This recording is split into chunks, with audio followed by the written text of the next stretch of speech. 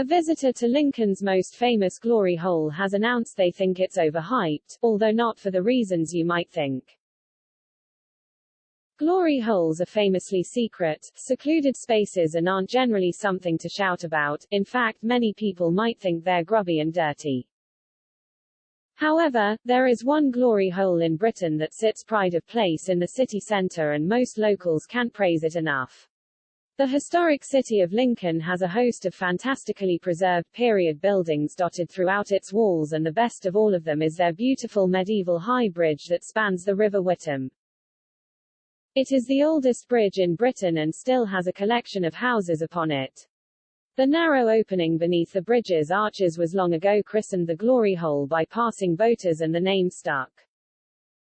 In a first for most glory holes, there is even a sign directing excited tourists, and no doubt disappointed cruisers, to its location.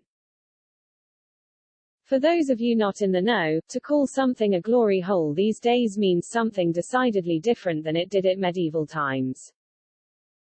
To spare you a graphic Google, the basic definition of a glory hole is a man-made hole in a wall that people stick things through for other people to see, and whatnot. Thankfully, Lincoln's own glory hole isn't used for this purpose for obvious reasons. It's built on a river. These days a selection of independent shops and cafes sit atop the bridge, pulling in tourists from all over the world.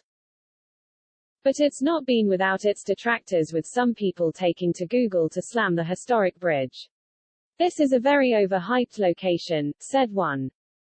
Another agreed, writing, "Looks nice only by the front. Maybe the bridge or may not. Overhyped. Perhaps they were expecting a different sort of glory hole."